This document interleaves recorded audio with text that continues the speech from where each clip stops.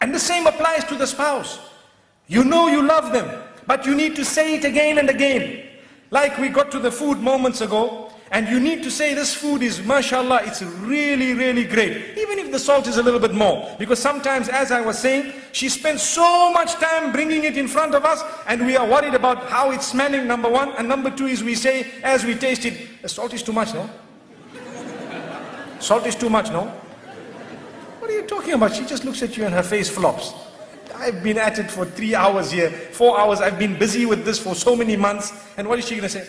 Next time I'll try a bit better, a bit harder. That's if she's a good woman. If not, she'll say, never going to cook this again. Typical. It's typical. Never going to cook this again. And if you have someone who's very witty, the next time there's salt to be put in, I'll call you to put it. So we need to praise the cooking of our wives. We need to praise their dress code, especially. For example, I can let you know something that has worked for some people. Where you find some women, you know, they don't like to dress appropriately. So the husband sometimes wants to tell them something. There are 2-3 ways of doing it. You can either say, this is very bad, I don't want you to wear this. And you know, you might have a response. But if you want a response from the heart, what you do is, you tell them, the other dress looked much better than this. You see, so you are praising one thing, and that praise is not there when the other thing is there. So you have told them in a way that this is what I really love. And go beyond the limits in praise. That's your wife, don't worry. You can say whatever you want to. MashaAllah, in terms of goodness. Like the food, when you eat, even if it is a little bit this way, that way, just praise it, MashaAllah. See what it is. Praise the effort at least, MashaAllah, you know.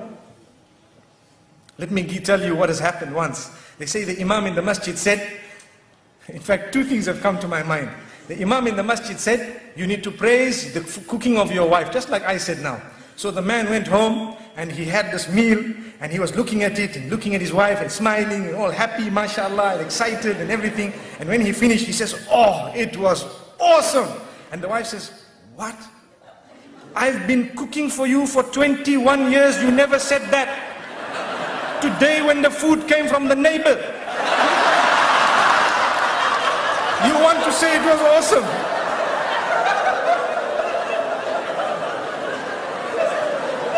So he says, oh, I'm sorry about that, I didn't know.